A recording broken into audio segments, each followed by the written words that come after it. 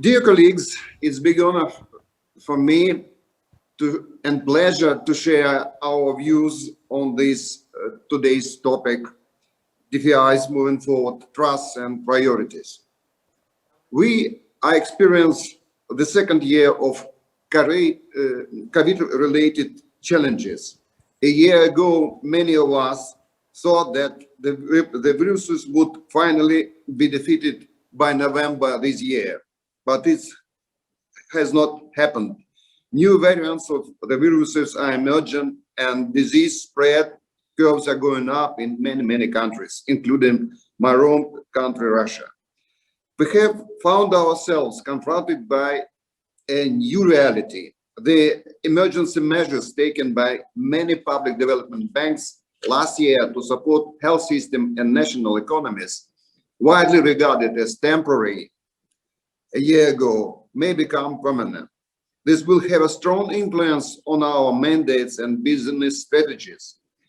Our colleague, Mr. Ismail from Malaysia, already had told us about these tendencies in terms of public development banks interfering in the activities of small and medium enterprises more actively than they're supposed to do. But it's new reality, and we have to accommodate our business to this. Veb did a lot of work last year to mitigate the economic downturn caused by coronaviruses.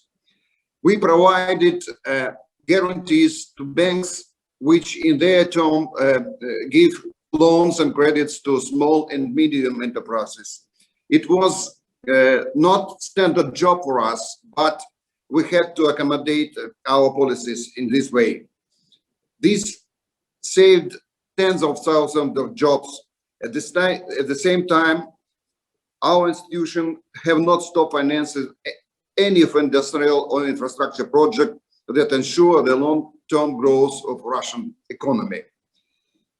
The new reality requires joint actions. The pandemic is a unique opportunity to rethink the current state of play and put our activities and partnership on the rails of green economies, sustainable development goals, and ESG-oriented governance.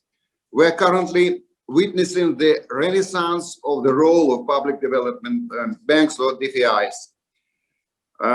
For me, it was a big surprise to find out that during the last 2 years, 8 new public development institutions were set up in, and it was very interesting that they were set up in developed economies in UK, Scotland, United States, plus in a number of institutions in emerging markets, including Mexico.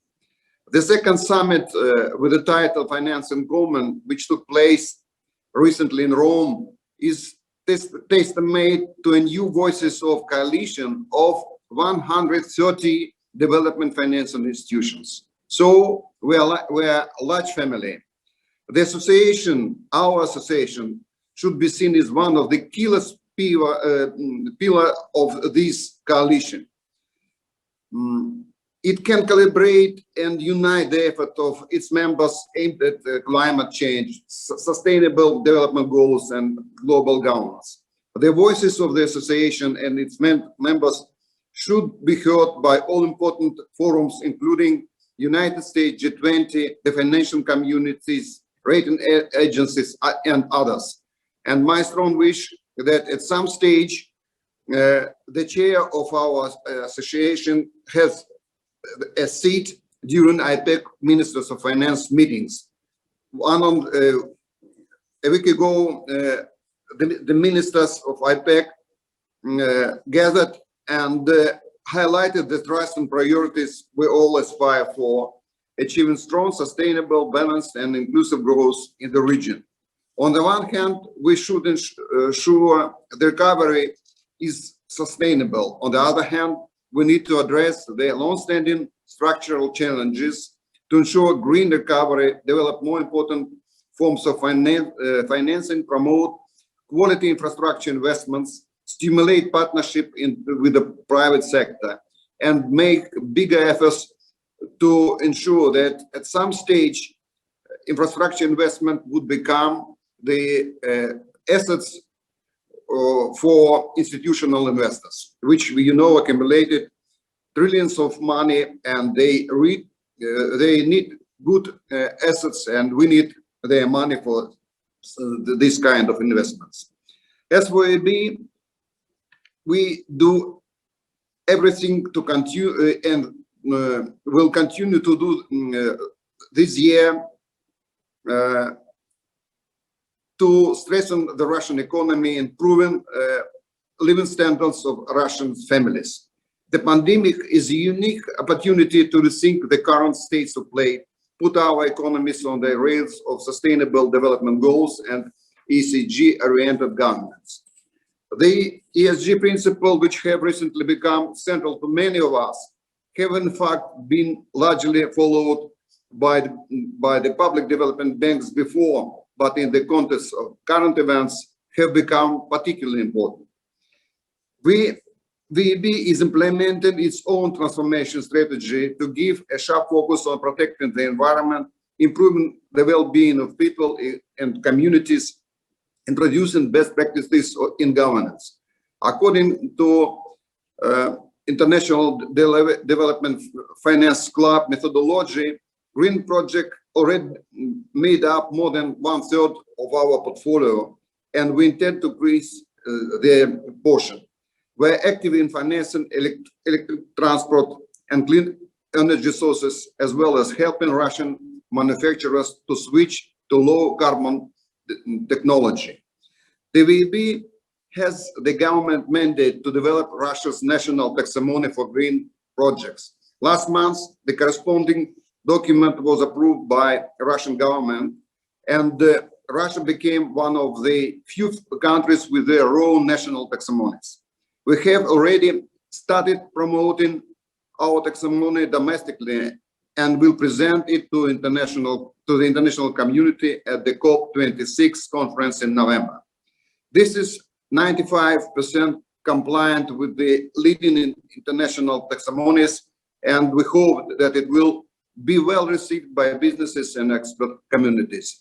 We can share our experience in this field with all colleagues who want to see how it will work and what are the cornerstones of our taxonomy. At the same time, VEB works to meet the specific needs of the Russian economy and society. That's why, for example, we do not strive to switch from conventional energy sources at any cost. In a country as vast and as complex as Russia, this would be suicidal. We have so many remote and cold regions where a minor power outage can put local residents at moral danger. The transformation to clean energy should be gradual and address above all the needs of the people. Finally, I would like to mention another important topic: access to long-term funding for public development banks.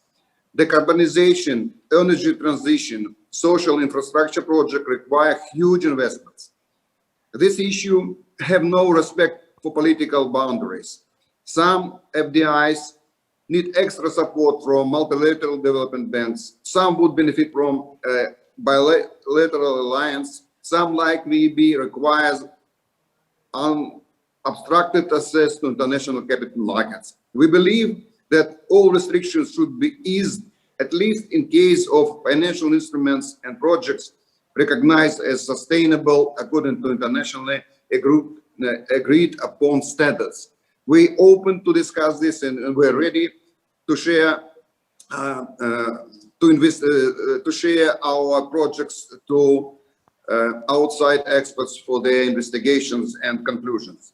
To conclude, I believe that development banks have a responsibility to be at the forefront of fighting the consequences of the pandemic and setting the way forward by promoting financial inclusion and sustainable economic development. I wish you all success on this path. Thank you for listening to me.